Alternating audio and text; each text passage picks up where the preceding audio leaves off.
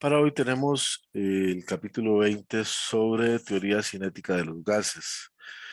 Eh, en este capítulo vamos a empezar a analizar los gases desde el punto de vista microscópico.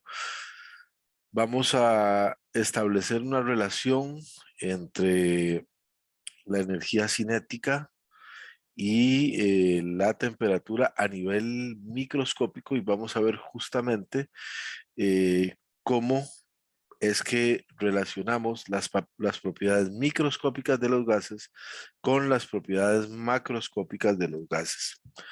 Por eso la importancia de este capítulo. También al final vamos a determinar los calores específicos para los gases, que yo les dije que había una pequeña diferencia entre los gases y los sólidos y los líquidos, y vamos a ver justamente hoy cómo es que se determinan los calores específicos de los gases. Bueno, primero tenemos que establecer cuál es el modelo molecular de un gas ideal. En el capítulo anterior hablamos de gases ideales, pero no hemos definido cuáles son las características que debe tener un gas que se considera un gas ideal. Hay dos tipos de componentes en el que se utilizan en la teoría cinética. Están los componentes físicos y los componentes que tienen que ver con el comportamiento de las partículas.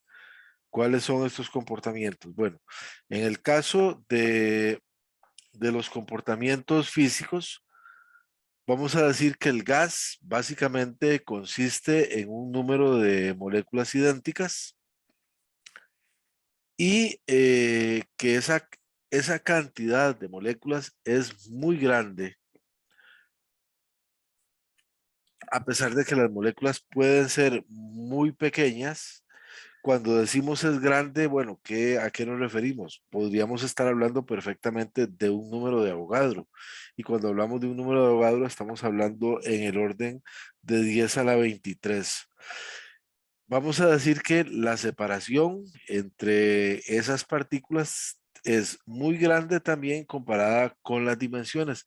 Generalmente estas partículas las vamos a poder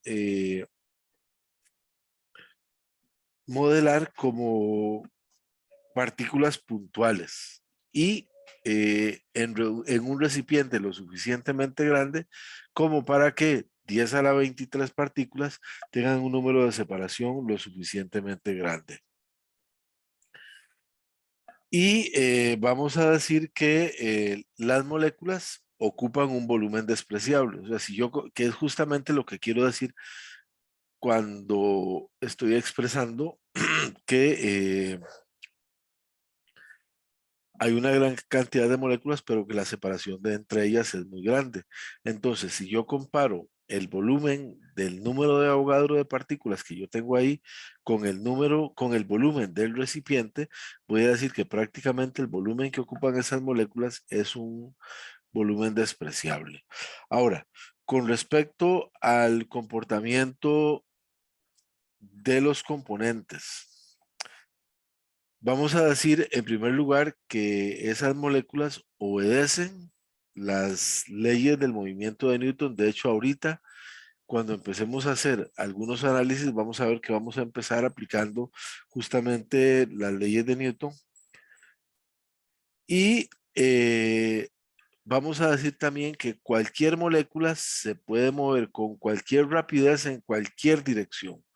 Por ejemplo, aquí tenemos este cubo, esa caja cúbica, y entonces no existe una dirección predominante en la cual las moléculas se mueven, sino que yo voy a tener moléculas moviéndose a lo largo del eje X, a lo largo del eje Y, a lo largo del eje Z. Y como tenemos una cantidad de moléculas tan grande, podemos decir que siempre vamos a encontrar moléculas moviéndose en cualquiera de las tres direcciones y con cualquier velocidad. Vamos a ver ahora que sí, con respecto a la velocidad hay una restricción que tiene que ver justamente con la temperatura. Eh, con respecto al comportamiento, bueno, entonces el comportamiento ya tenemos una, y es que las moléculas obedecen las leyes del movimiento de Newton. Dos, las moléculas únicamente interactúan con fuerzas de corto alcance y única y exclusivamente cuando colisionan, las colisiones son elásticas, o sea que no hay pérdida de energía. Cuando una molécula colisiona con otra molécula o cuando una molécula colisiona con la pared del recipiente, se va a considerar que esa colisión es elástica. Por lo tanto, vamos a decir que no hay ningún tipo de pérdida de energía cuando la molécula colisiona. Y no existen fuerzas de largo alcance, o sea, las fuerzas de corto alcance son las fuerzas impulsivas. El F es igual a dP de T. Vamos, de hecho, vamos a hacer alguna consideración desde el punto de vista de la conservación de la cantidad de movimiento. Y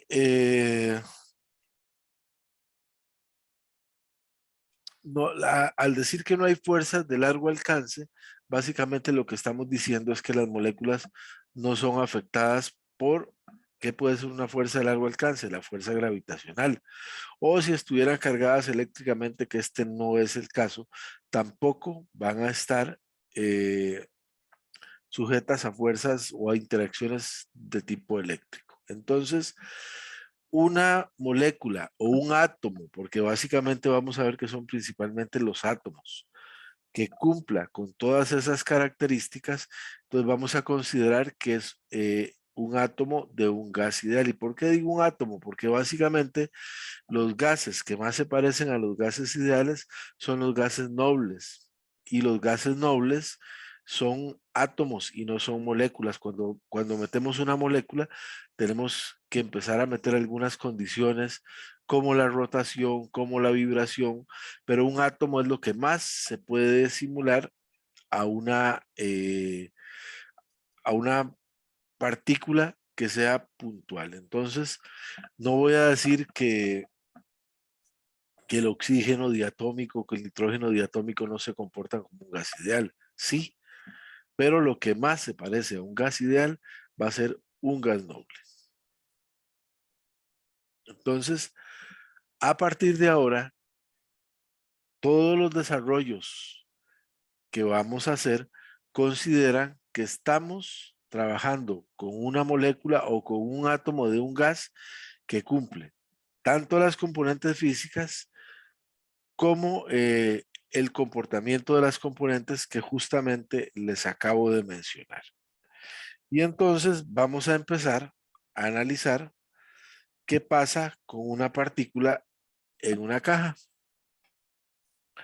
Vamos a decir, recuerden que una de las características es que todas las moléculas son idénticas. Entonces, no vamos a tener mezcla de gases, a pesar de que algunas veces se considera que esto puede ser aplicable al aire, que es una mezcla de gases. Entonces ya por ahí empezamos con problemas porque ya las moléculas no serían idénticas. Si yo tengo oxígeno, única, exclusivamente oxígeno diatómico, yo voy a asegurarme de que todas las moléculas son iguales y que tienen la misma masa. Si voy a utilizar argón, que es un gas noble, yo voy a estar seguro de que absolutamente todas las moléculas van a ser iguales. Entonces, aquí vamos a empezar considerando que, en primer lugar, que las partículas tienen masa m sub 0 y que todas son iguales y que en algún determinado momento esta partícula lleva una velocidad VI con las tres componentes, o sea, con componente X, con componente Y y con componente Z de la velocidad. Pero, de todas maneras, de momento, única y exclusivamente me va a interesar la componente X de esta velocidad. Entonces, lo que vamos a considerar es que la partícula inicia su movimiento en esta pared colisiona con esta pared del frente y se regresa, considerando única y exclusivamente la componente X de la velocidad y nada más que la componente X de la velocidad.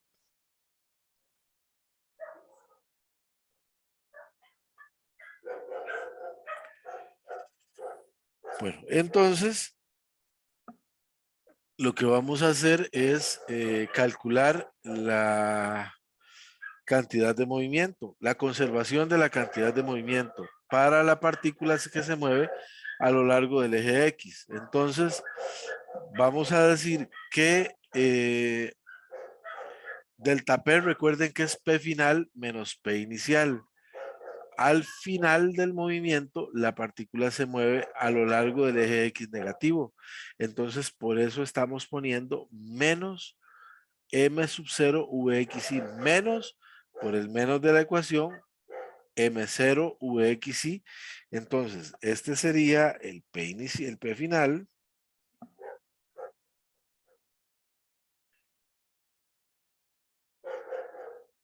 P final menos P inicial. Entonces, ese P final menos ese P inicial me da que es menos 2 m sub 0 vxi.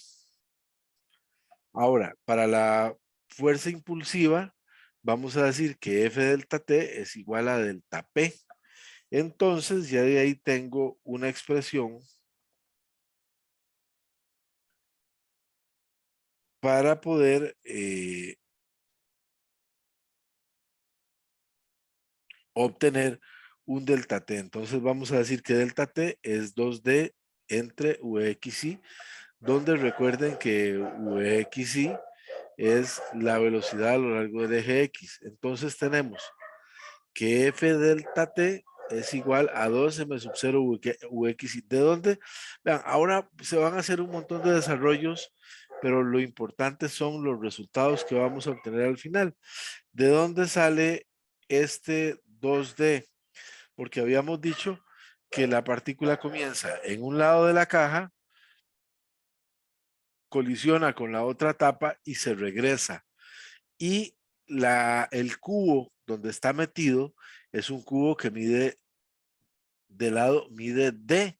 Entonces recorre D para acá, se regresa, vuelve a recorrer D, entonces ya tendríamos 2D y además de eso, esa velocidad va a ser constante. Entonces vamos a poder encontrar una expresión para el delta T.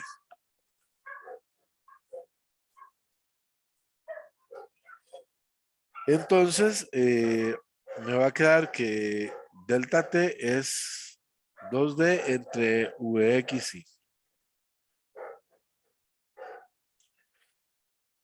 Entonces ya tenemos el FI que va a ser menos 2m sub 0 Vxi delta T.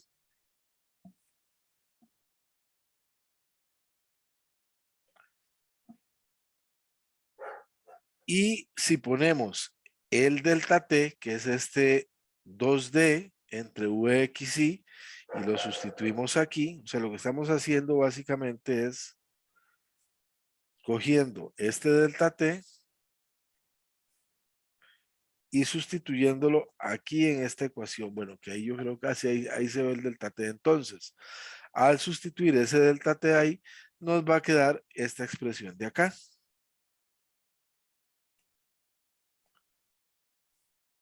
que es 2m sub 0 Vxi cuadrado entre 2D. Y entonces nos va a quedar que la fuerza va a ser m sub 0 Vxi entre D, porque simple y sencillamente lo que hicimos fue eliminar un 2 con el otro 2. Bueno,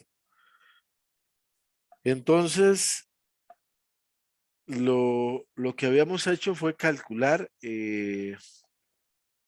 la cantidad de movimientos sobre la partícula. Y el cambio de la cantidad de movimiento sobre la partícula o sobre el muro es igual al negativo del cambio sobre la partícula. Entonces, la cantidad o el cambio en la cantidad de movimiento, la fuerza sobre el muro va a ser el negativo de la fuerza sobre la partícula y entonces ahí eliminamos este signo menos que tenemos acá. El menos, menos y básicamente lo que me queda es esta expresión de acá. Ahora, pero recordemos que lo que tenemos es una gran cantidad de partículas. Entonces, la fuerza total que experimenta, en este caso, la tapa o el muro o la tapa de la caja va a ser igual a la suma desde igual 1 hasta n, donde n es el número de partículas, ya sea que tenga un número de Avogadro, m sub 0 vx y cuadrado entre d. Como las dimensiones de la caja no cambian y como todas las partículas son idénticas, puedo sacar el m sub 0 de la sumatoria y la d y decir que la fuerza total es m sub 0 de suma desde igual 1 hasta n de vx y cuadrado, porque las velocidades sí pueden cambiar ligeramente. Y entonces esto me da una expresión para la fuerza total que experimenta la tapa, una de las tapas del cubo donde yo tengo el número de Avogadro de partículas. Es este mismo de acá. Ok. Entonces aquí vamos a definir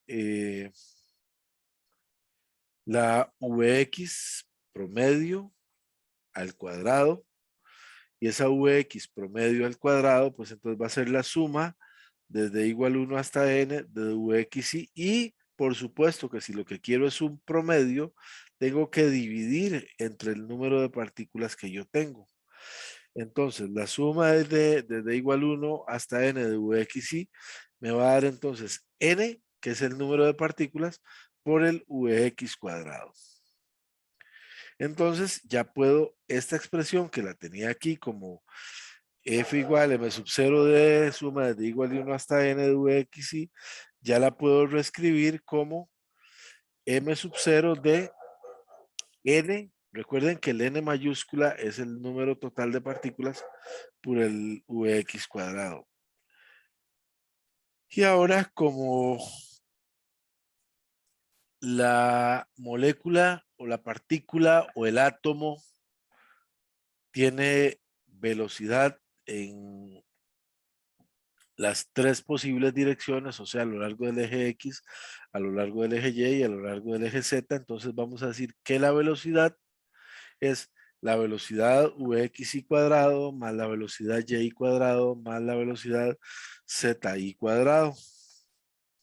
Y entonces la V cuadrado va a ser Vx cuadrado más Vy cuadrado más Vz cuadrado.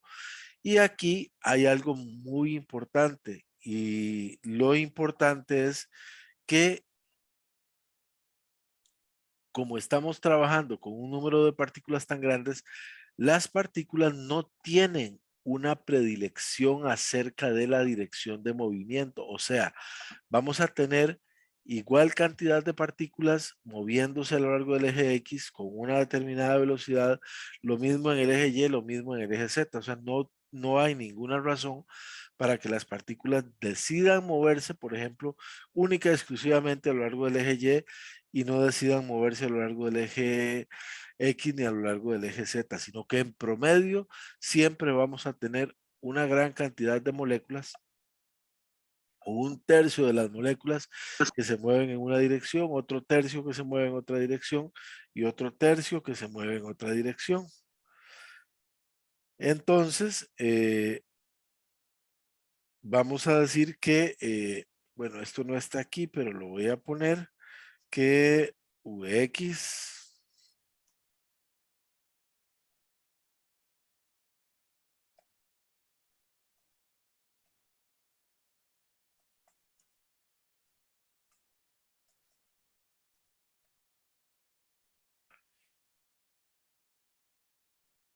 a que Vx promedio cuadrado es VY promedio cuadrado y es igual a VZ promedio cuadrado.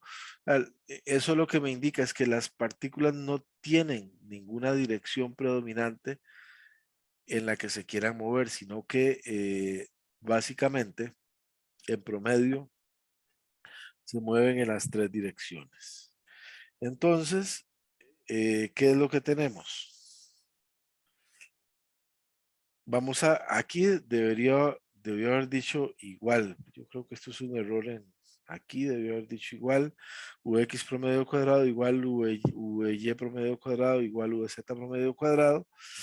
Entonces, como Vx es igual a Vy y es igual a Vz, entonces la V puede ser igual a 3Vx, porque Vy es igual a Vz. Entonces, con eso volvemos a reescribir la ecuación y entonces me queda que la fuerza es 1/3 de n m sub 0 v promedio cuadrado.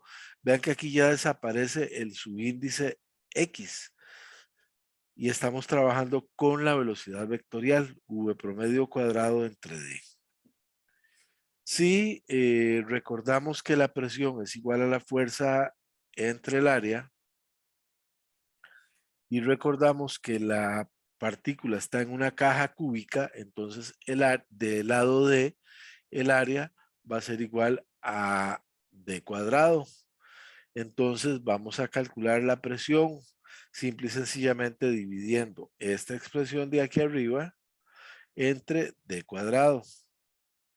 Y al dividir entre D cuadrado me queda que la presión es 1/3 de n m sub 0 v promedio cuadrado entre d cubo, pero el d al cubo no es otra cosa más que el volumen.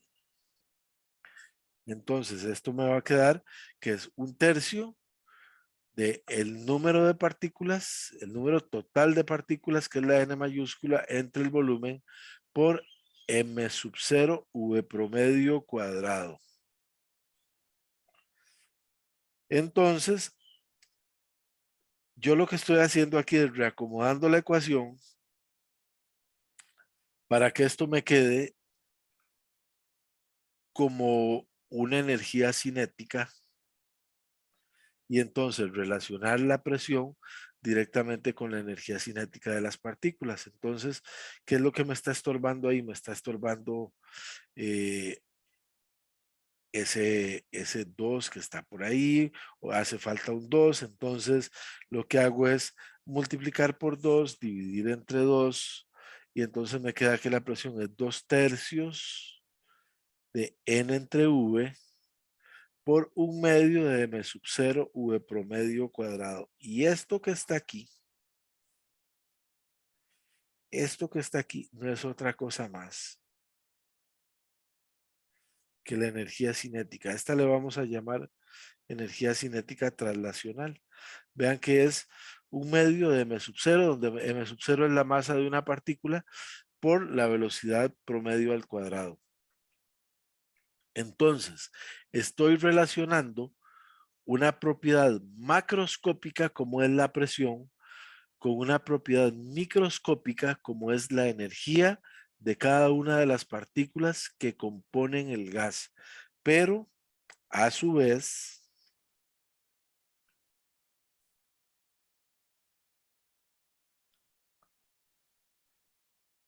si yo uso la ley del gas ideal y me llevo el volumen, voy a decir que PV es 2/3 de N, 1/2 de M sub 0 V promedio cuadrado. Si utilizo la ley del gas ideal escrita con la constante de Boltzmann, entonces, ¿qué me queda? Despejo la temperatura y me queda que la temperatura es Porque disfruto tercios la clase. de la constante de Boltzmann por 1/2 de M sub 0 V promedio cuadrado. O sea, vean que esta expresión que se acaba de obtener aquí es realmente importante. Decimos que la temperatura es directamente proporcional a la energía cinética traslacional. Entonces, estamos relacionando una variable macroscópica como es la temperatura, ahora con una variable microscópica como es la energía cinética traslacional de cada una de las partículas. Si yo escribo única y exclusivamente la energía cinética, o sea, un medio de M sub 0 V promedio cuadrado, me va a quedar que es 3 medios de KBT. Este 3 medios que está acá es una cantidad muy importante. A esta ecuación que está aquí le vamos a llamar el teorema de equipartición de la energía. Vamos a ver si lo escribo aquí. Teorema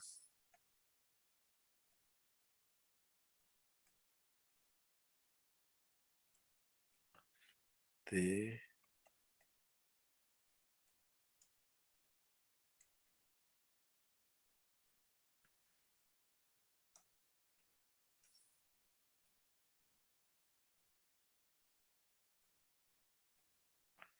teorema de equipartición de la energía. Así lo vamos a llamar. El teorema de equipartición de la energía lo que me dice es que cada grado de libertad, y ahorita les explico qué es cada grado de libertad contribuye a la energía total de las partículas con un medio de KBT. Y entonces la pregunta es, ¿por qué tenemos 3 medios de KBT? Porque la partícula que acabamos de considerar, preferiblemente monoatómica, puede moverse a lo largo del eje X, sería un grado de libertad, puede moverse a lo largo del eje Y y puede moverse también a lo largo del eje Z. Entonces la partícula está teniendo 3 grados de libertad. Y cada grado de libertad contribuye a la energía contribuye a un medio de KBT, o sea, por el movimiento a lo largo del eje X tendríamos un medio de KBT, por el movimiento a lo largo del eje Y tendríamos otro un medio de KBT y por el movimiento a lo largo del eje Z tendríamos un medio de KBT y entonces por eso es que tenemos 3 medios de KBT. Cuando pongamos partículas que son diatómicas o partículas que son poliatómicas, vamos a ir agregando más grados de libertad y entonces al ir agregando más grados de libertad, entonces la energía cinética de las partículas va a ir aumentando. Y ojo, que esta energía que está aquí se llama energía cinética de traslación, porque los átomos de un gas ideal única y exclusivamente se pueden trasladar, los estamos tomando como partículas puntuales, como les dije anteriormente, supongamos que es argón, y entonces los átomos de argón los estamos tratando como partículas puntuales y única y exclusivamente se van a poder trasladar, no van a poder hacer otra cosa más que trasladarse. Entonces, importantísimo el teorema de equipartición de la energía.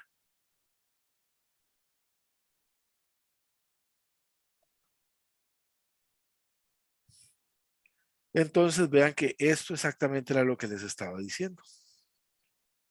Que, por ejemplo, si yo considero única y exclusivamente la velocidad a lo largo del eje X, tengo un medio de KBT. Si considero única y exclusivamente la velocidad a lo largo del eje Y, tengo otro un medio de KBT. Y si considero la velocidad a lo largo del eje Z, tengo un medio de KBT. Y entonces, esto es justamente lo que yo les acabo de decir. Cada grado de libertad contribuye a un medio de KBT a la energía del sistema, donde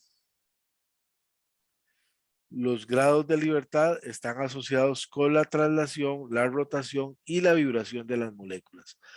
De momento, única y exclusivamente estamos considerando traslación. Ahora más adelante vamos a meter la rotación y más adelante vamos a meter la vibración y vamos a a ver cuántos grados de libertad más se contribuye con la traslación, con la rotación.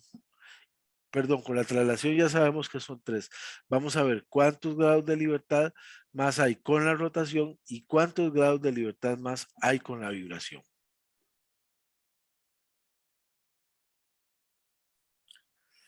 Entonces, la energía traslacional total. Vean que una cosa es la energía traslacional por molécula y otra cosa es la energía traslacional total. Esto que está aquí, este 3 medios de KBT, me da la energía traslacional por molécula. O sea, cada molécula tiene 3 medios de KBT. Recuerden que el KB es una constante muy pequeñita. Ahora, si yo quiero calcular la energía traslacional total, lo que voy a hacer es multiplicar por el número de moléculas. Y entonces multiplico la energía traslacional total por N y me da que es 3 medios de NKBT o que es 3 medios de NRT. Entonces la energía, si yo tengo gas argón en un recipiente y quiero calcular cuál es la energía traslacional total de las moléculas, de todas las moléculas del gas argón en un recipiente, me va a dar que es 3 medios de NRT. Y entonces, nuevamente, vean que aquí volvemos a relacionar lo que yo les había dicho con respecto a la energía interna. La energía traslacional, o en este caso, la energía cinética, es directamente proporcional a la temperatura. Entonces, si hay cambios de temperatura, hay cambios de energía cinética. Si la energía cinética disminuye, es porque la temperatura disminuye. Si la energía cinética aumenta, es porque la temperatura aumenta. Y esta energía cinética, a su vez, la vamos a relacionar con la energía interna. Entonces, la energía interna, a su vez, vamos a decir que es directamente proporcional a la temperatura. Yo en el capítulo anterior se los había sugerido solamente y les dije que en este capítulo lo íbamos a desarrollar. Entonces, vamos a desarrollar otra constante que se va a llamar el valor medio cuadrático de la velocidad. Vean que son las siglas en inglés de root mean square y ese valor cuadrático medio de la velocidad, que es la raíz de v promedio cuadrado, va a ser la raíz de kbt entre m sub 0. Vean que aquí m sub 0 podemos escribirlo de dos maneras.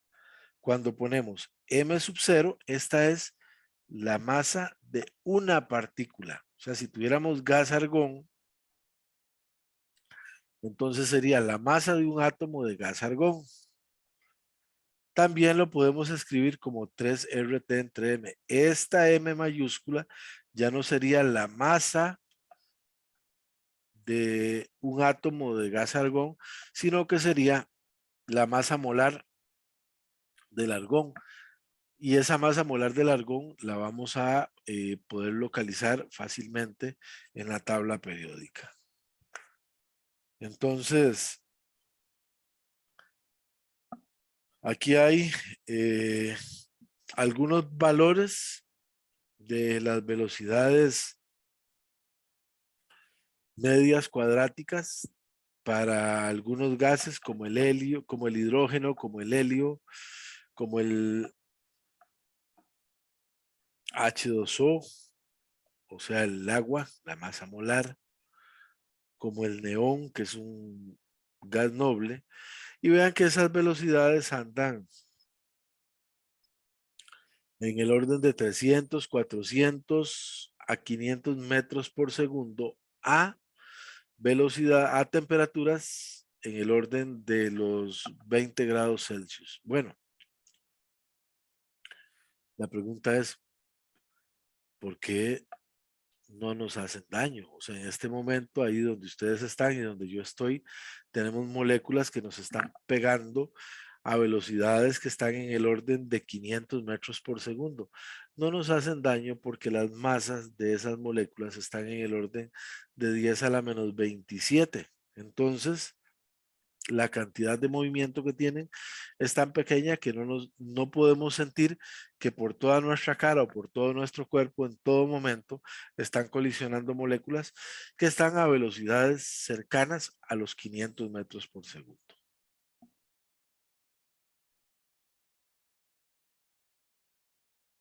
Bueno, vamos a calcular ahora los calores específicos molares para los gases.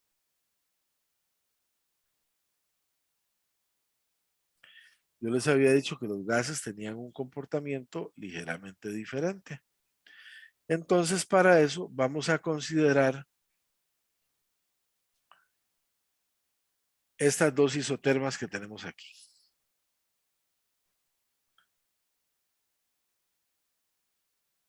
Esta, la de arriba, está a una temperatura T más delta T y la de abajo está a una temperatura T. Y entonces la pregunta es,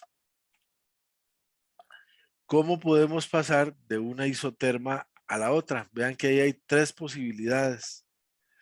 Esas tres posibilidades son, podríamos ir de aquí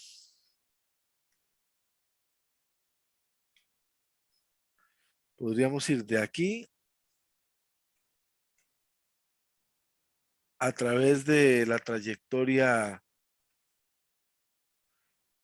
1, ya podríamos ir por aquí.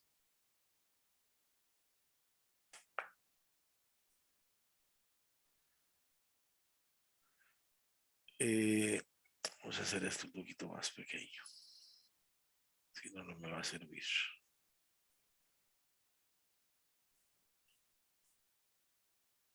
Podríamos ir por aquí, podríamos ir por aquí o podríamos ir por aquí. O sea, hay tres posibilidades para ir de la isoterma 1 a la isoterma 2.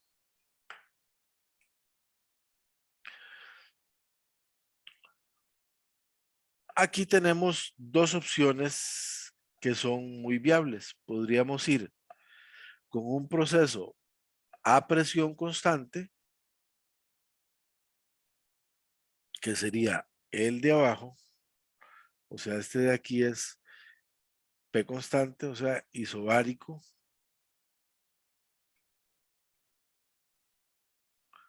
O podríamos ir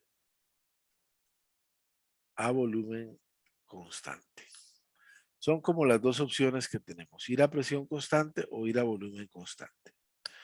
Y entonces vamos a definir de una vez y después los calculamos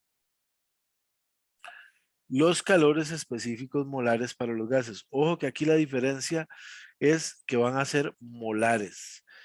Cuando trabajamos con los sólidos y con los líquidos, habíamos dicho que los calores específicos eran por cantidad de masa. Aquí es por cantidad de mol. Y el mol es equivalente a la masa. Lo que pasa es que en los gases generalmente se utiliza por cantidad de moles y no por masa. Y entonces vamos a definir Q igual NCV delta T a volumen constante y Q igual NCP delta T a presión constante.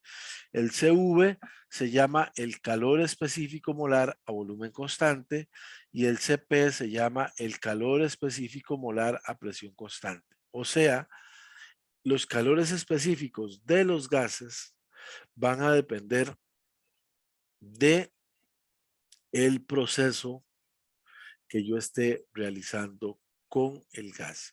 Entonces, si estoy realizando un proceso a presión constante con el oxígeno diatómico, va a tener un calor específico molar. Pero si ahora cambio y hago un proceso a presión constante, el calor específico molar va a cambiar, a pesar de que es exactamente el mismo gas. Vamos a comenzar con un proceso a volumen constante. Y a volumen constante, lo que tenemos es que W es igual a 0.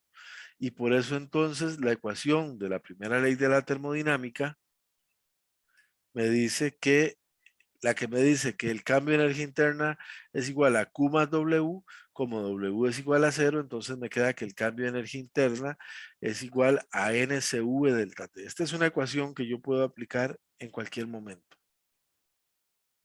¿Por qué NCV delta T? Porque estamos realizando un proceso a volumen constante.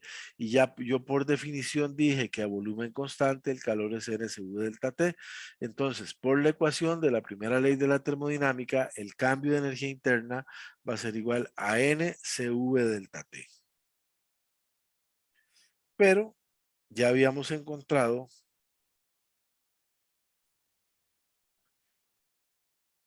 expresiones para el cambio de energía interna.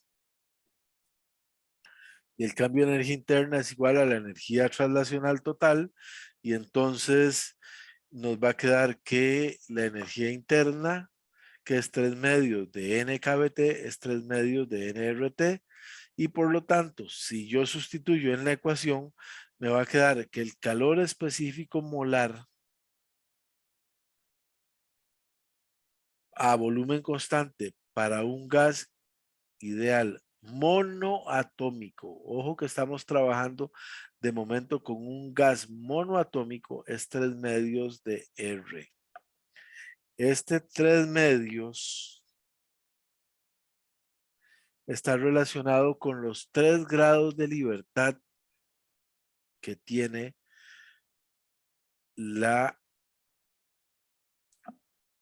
el átomo que únicamente se traslada. Cuando trabajemos con moléculas diatómicas o poliatómicas, vamos a ver que ese calor específico molar va a cambiar y va a cambiar por los más grados, la mayor cantidad de grados de libertad que va a tener la partícula. Entonces, ese 3 medios, en el caso de los gases monoatómicos, que son básicamente los gases ideales, debe asociarse con los 3 grados de libertad que tiene el átomo monoatómico para moverse. Aquí hay algunos valores de calores específicos molares. Ahora vamos a ver qué significa ese gamma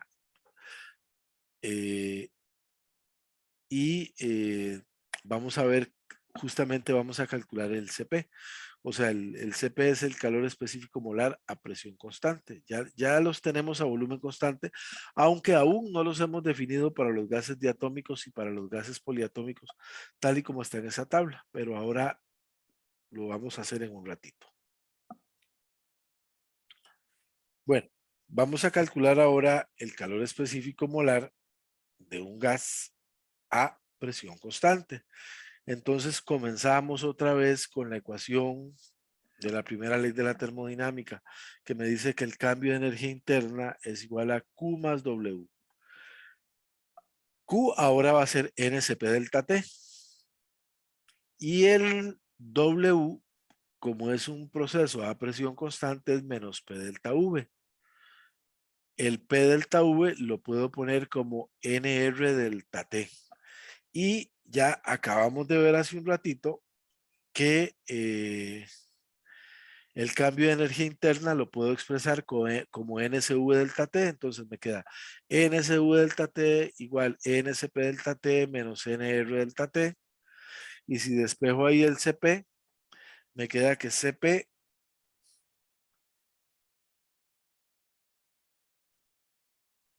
es igual a CV más R. Entonces, por ejemplo, para un gas monoatómico, el CV es 3 medios de R más R, me quedaría que el CP es 5 medios de R. Y recuerden que en el caso de volumen constante, el CV, los 3 medios de R están relacionados con los 3 grados de libertad que tiene la partícula para moverse. Me interesa muchísimo me interesa muchísimo este valor, el valor de gamma, que es la razón de los calores específicos molares. Y vamos a decir que gamma es Cp entre Cv. Entonces, en el caso de el átomo, que es monoatómico, un gas ideal, por ejemplo, argón, helio, me queda que el gamma es 5 medios de R entre 3 medios de R me da 5 medios y eso es igual a 1.67. Aquí hay en las tablas algunos valores de gamma para otros gases que son monoatómicos, el helio, el argón, el neón, el criptón. Y vean que estos de aquí son, los valores que están expresados aquí son los valores experimentales. Tanto de Cp como de Cv son los valores experimentales. Teóricamente, deberíamos tener que es 1.67.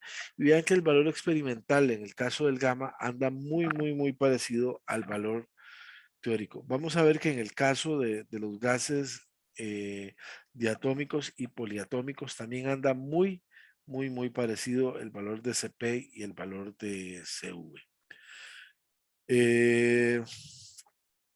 Voy a pausar la grabación. Con respecto al teorema de equipartición de la energía, entonces ahora es necesario incluir la rotación y la vibración. Si yo tengo una molécula diatómica, entonces voy a tener rotación, alrededor del centro de masa. Entonces, de acuerdo a este dibujo de acá,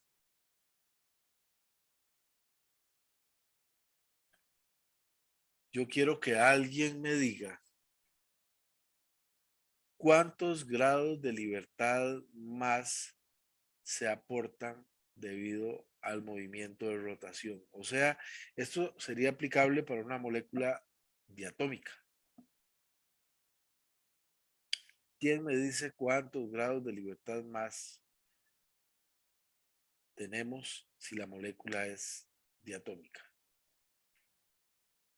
Cuando estamos diciendo que tenemos rotación alrededor de su centro de masa.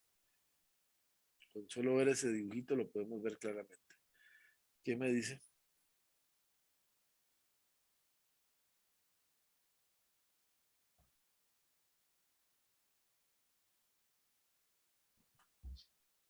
Dos, tal vez. ¿Y por qué dos, Juan José?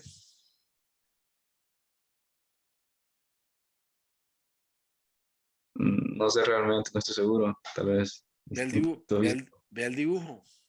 Son dos y en el dibujo está la explicación de por qué son dos. O sea, si lo vemos y lo analizamos, nos damos cuenta por qué son dos. O le hago otra pregunta. Esta rotación que va sobre el eje contribuye. O sea, esto tiene momento de inercia. No, ¿verdad? Solo si hay rotación para acá o solo si hay rotación para acá. O sea, si lo rotamos en el plano XY, hay momento de inercia. O si lo rotamos en el plano YZ. O sea, si rotamos así, hay momento de inercia. Si lo rotamos así, hay momento de inercia. Pero si lo rotamos así, no estamos teniendo momento de inercia. Entonces, una molécula diatómica tiene 2 grados de libertad más. Y entonces hay 2 medios de kBt más que se aportan a la energía.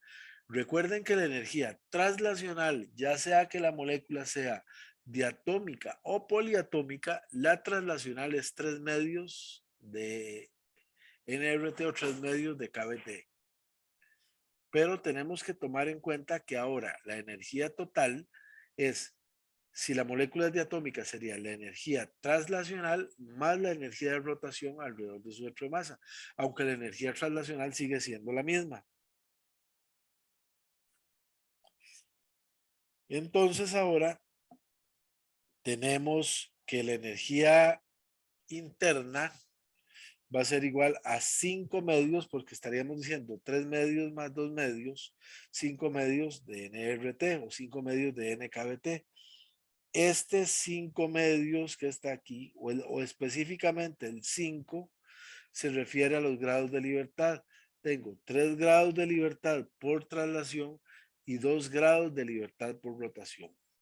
Entonces, el CP y el CV ahora van a cambiar, ya no son los mismos. Entonces, si tenemos una molécula diatómica, tendríamos que CV es 5 medios de R, este que está aquí,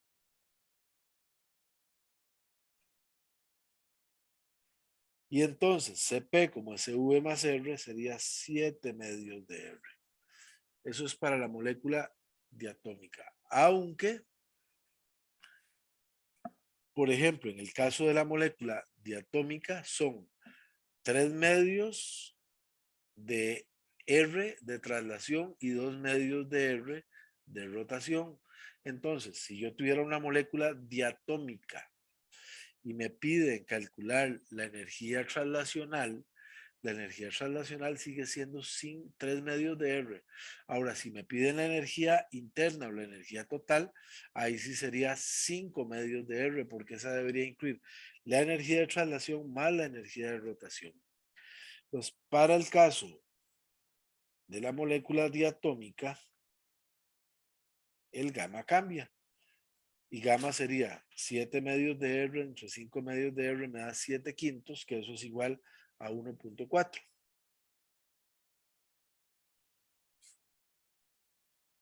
Y ahora tenemos la molécula que vibra. La molécula que vibra tiene 2 grados de libertad más. Entonces ahora el CV sería, o la energía interna que está relacionada con el CV, es 7 medios de R.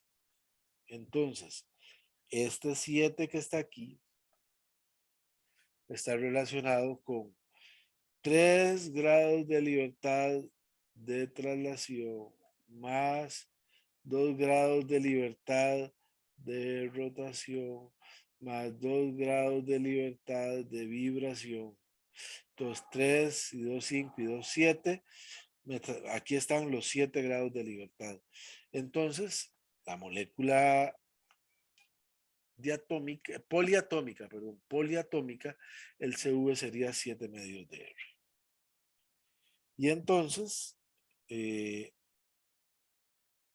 ya tenemos el CV, el CP,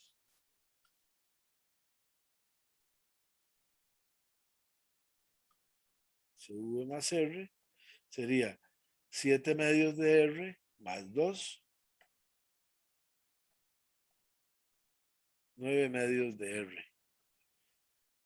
En el caso de la molécula poliatómica.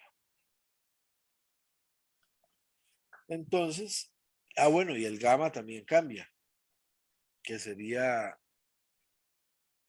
9 medios entre 7 medios.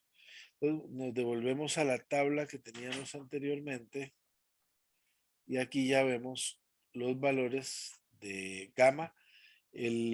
Para los gases poliatómicos daba 1.3. Entonces vean que estamos muy cerca. El gamma, estos son, recuerden lo que les dije anteriormente, los valores de la tabla son valores experimentales. Pues curiosamente, algunas veces el CP y el CV difieren un poquito los valores teóricos de los valores experimentales, pero cuando se calcula el gamma se parece muchísimo más los valores teóricos y los valores experimentales que lo que se parecen el CP y el CV a los valores teóricos y los valores experimentales. Y ahora la pregunta es, ¿cuál es la importancia? ¿Cuál es la importancia del CP?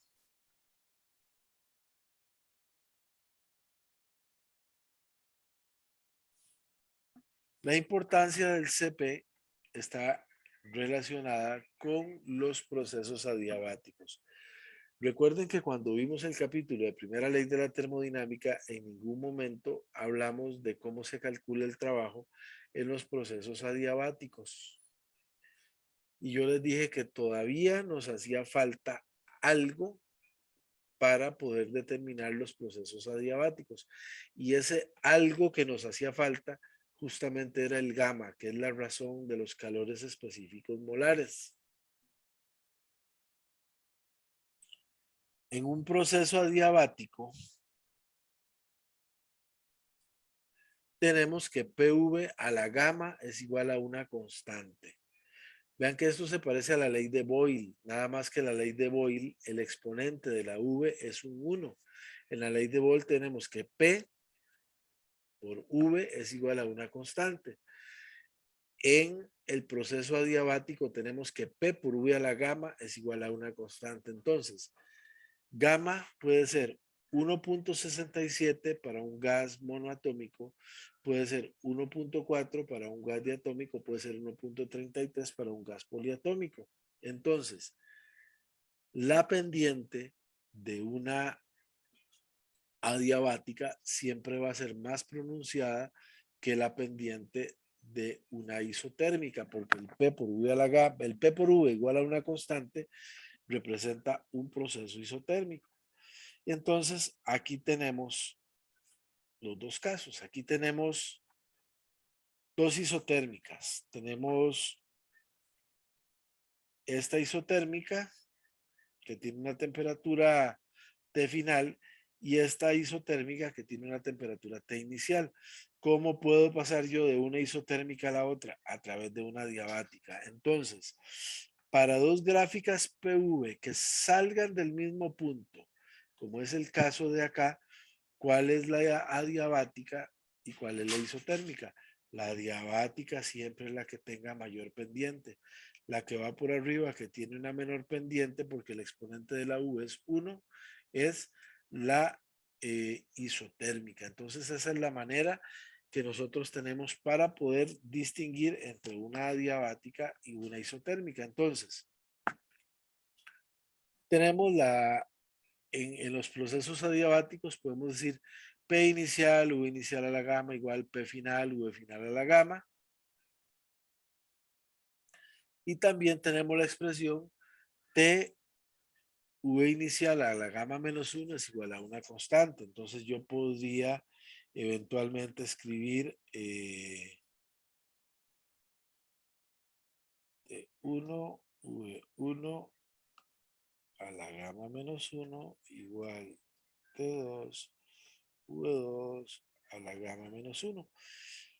Depende, si no tengo valores de temperatura, uso P1, V1 o P1, PV a la gamma igual constante. Si lo que no tengo son valores de presión, usaría TV a la gamma menos 1 igual a una constante.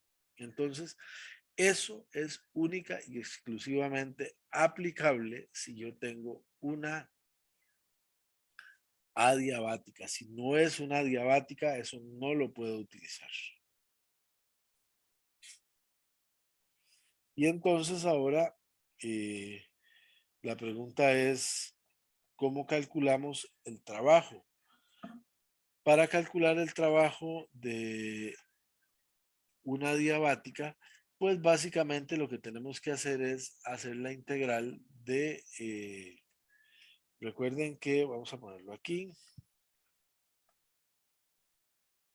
W es igual a la integral de menos P de V. Y ahora el P, ¿a qué va a ser igual? Va a ser igual a 1 entre gamma o lo que tengamos una constante entre gamma. Entonces vamos a tener que hacer una integral de V a la gamma, de V entre V a la gamma.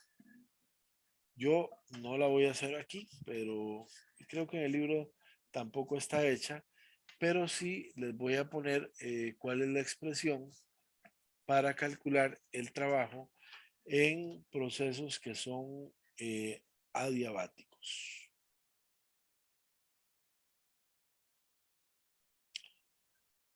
Y entonces me queda que el W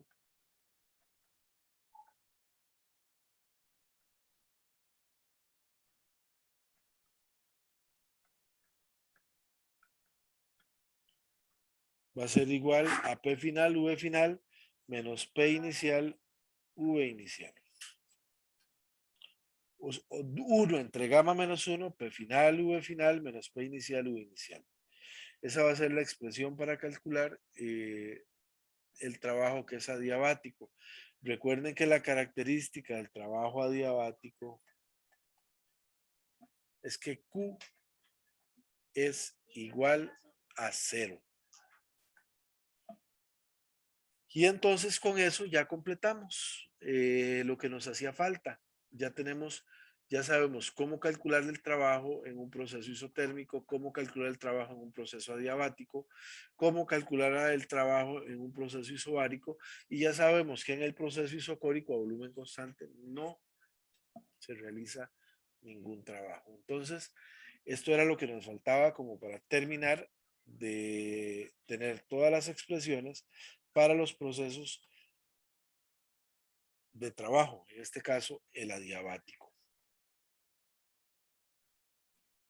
Bueno, lo último que me queda, que ya esto es cortito, se conoce como la distribución de rapideces moleculares. Y de esa expresión, algunas veces se le dice la distribución de rapideces moleculares de Boltzmann. Esa distribución de rapideces moleculares contiene la velocidad de RMS que ya la habíamos calculado, que es 3RT entre M. Y esa distribución, la ecuación de distribución de velocidades moleculares, que en realidad eso no me interesa mucho de dónde sale y cómo sale, es n sub 0 exponencial a la e entre kbt. ¿Cuál es la importancia de la distribución de rapideces moleculares? La ecuación de Boltzmann, que se une después con la ecuación de Maxwell, y entonces se llama la distribución, la velocidad, la función de distribución de velocidades de Maxwell-Boltzmann, y entonces me sale esta ecuación muchísimo más espantosa que está aquí. NV es 4pi n m sub 0 2pi kbt a la 3 medios por v cuadrado e a la menos m sub 0 v cuadrado 2 kbt entre m. O sea, eso está elevado, la exponencial está elevada a la energía cinética. Y entonces, de esa ecuación de la distribución de velocidades moleculares de Maxwell-Boltzmann, sale el valor medio cuadrático de la velocidad, sale la velocidad promedio y sale la velocidad más probable. Y si yo lo viera en una gráfica de NV contra DV, entonces la velocidad promedio siempre va a estar en medio de la velocidad de RMS y la velocidad más probable. Eso lo que me dice es la cantidad de moléculas que yo tengo ahí, ¿verdad? Y entonces la velocidad más probable es la más bajita, la velocidad media es la intermedia y la velocidad del RMS es la más alta. Esta gráfica de acá es para una temperatura, creo que 20 grados. A temperaturas más altas o más bajas, esa distribución de velocidades de Maxwell varía. Por ejemplo, vean la que tenemos a 900 Kelvin. A 900 Kelvin, la cola de la distribución se hace más larga y el pico se hace más bajo. Entre más baja sea la temperatura, entonces más corta es la cola, más alto es el pico y más juntos están los valores. Por ejemplo, a 900 Kelvin, la velocidad más probable puede andar alrededor de 700 metros por segundo.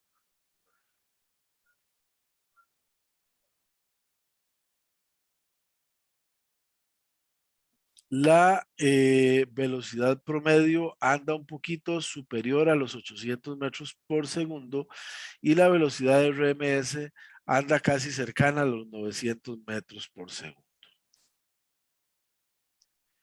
Y recuerden que eso sale de esa distribución de velocidades de Maxwell. Entonces, importante conocer cómo se calcula el valor medio cuadrático, la velocidad media y la velocidad más probable